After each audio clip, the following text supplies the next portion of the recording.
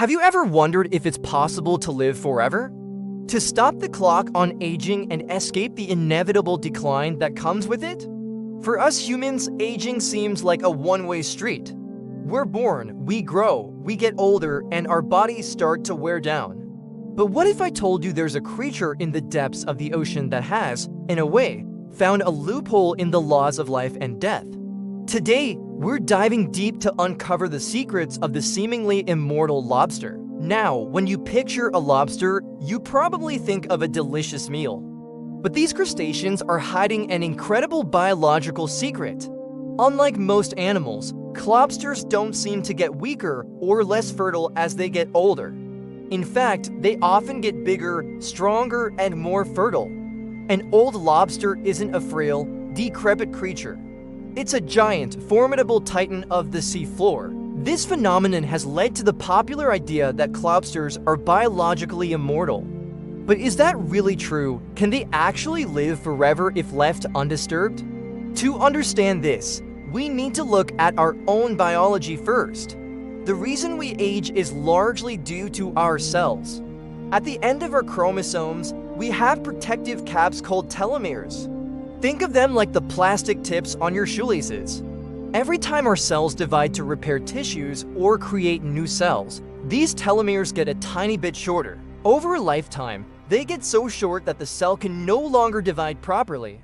It either dies or enters a zombie-like state called senescence, causing the wrinkles, organ failure, and increased disease risk we associate with old age.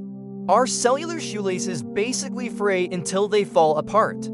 This is where the lobster's superpower comes in. Lobsters produce vast amounts of an enzyme called telomerase.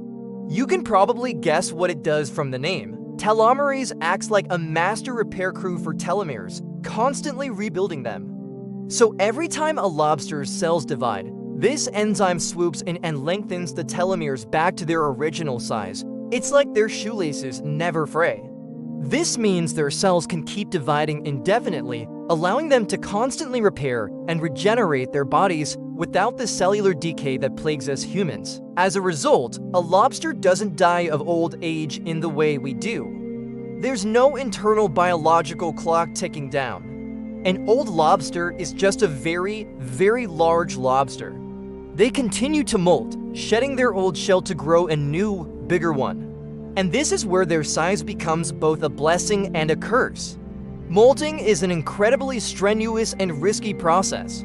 To shed its shell, a lobster has to absorb a huge amount of water to swell up and crack the old exoskeleton, then painstakingly pull its entire body, including its delicate gills and massive claws, out of the old casing. This process requires an immense amount of energy. The older and bigger the lobster gets, the more energy it needs for this monumental task. Imagine trying to pull yourself out of a full suit of armor through a small crack. It's exhausting. Eventually, a lobster can become so massive that it simply doesn't have the energy reserves to complete the molt. They can die from sheer exhaustion during the process or get stuck and become vulnerable. Sometimes, the new shell doesn't harden properly, leaving them susceptible to disease or predators. So, while lobsters are technically biologically immortal, meaning they do and die from the cellular aging process like we do, they are not functionally immortal. They don't live forever. Their lives are typically ended by one of three things: being eaten by a predator, including us, succumbing to a shell disease that prevents them from molting properly, or most commonly for the very old ones failing to survive the exhausting process of molting. Their greatest strength, their continuous growth, eventually becomes their Achilles heel. Think about the implications of this. A creature has effectively solved the problem of cellular aging, the very thing that drives human longevity research. Scientists are fascinated by the lobster's telomerase activity. Could we one day harness this enzyme for ourselves? If we could activate telomerase in our own cells, could we slow down or even reverse the aging process? Well, it's not that simple. The reason our bodies suppress telomerase in most cells is for a very good reason: cancer. Cancer cells are essentially immortal cells that have reactivated telomerase, allowing them to divide uncontrollably and form tumors. They found the secret to eternal division, but at a terrible cost to the organism. So any therapy aimed at boosting telomerase in humans would have to be incredibly precise to avoid a massive increase in cancer risk. We would need to find a way to repair our healthy cells without giving a superpower to malignant ones. It's a biological tightrope walk. However, studying lobsters and other long-lived animals gives us invaluable clues. It's not just about finding a single fountain of youth enzyme. It's about understanding the complex network of genes and proteins that regulate cellular health, repair, and longevity. The lobster's biology teaches us that aging isn't an absolute, universal law. It's a flexible process, and different species have found different strategies to navigate it. There are other creatures with similar tricks.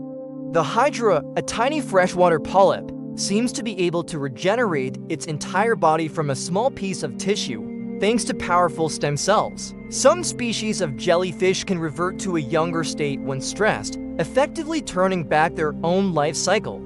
Each of these organisms offers a piece of the puzzle of longevity. But let's return to our armored friend on the ocean floor. The fact that a lobster can live for over 100 years, growing larger and more robust with each passing decade, is a testament to an alternative path of life. They show us that biological decay isn't a given. It's a problem that nature, in some cases, has already solved. Their form of immortality isn't the eternal, unchanging existence we see in fiction. It's a messy, risky, and continuous process of growth and renewal, one that ultimately has its own limits. The story of the lobster is a perfect blend of scientific wonder and natural reality. They possess a biological mechanism that borders on sci-fi, yet they are still bound by the physical challenges of their environment and their own bodies. They are not gods of the sea, but rather masters of cellular maintenance. So the next time you see a lobster, whether it's in an aquarium or on a menu, take a moment to appreciate the incredible biological story it represents. It's a story of defying age, of constant renewal, and of the complex, beautiful, and sometimes brutal trade-offs of life itself.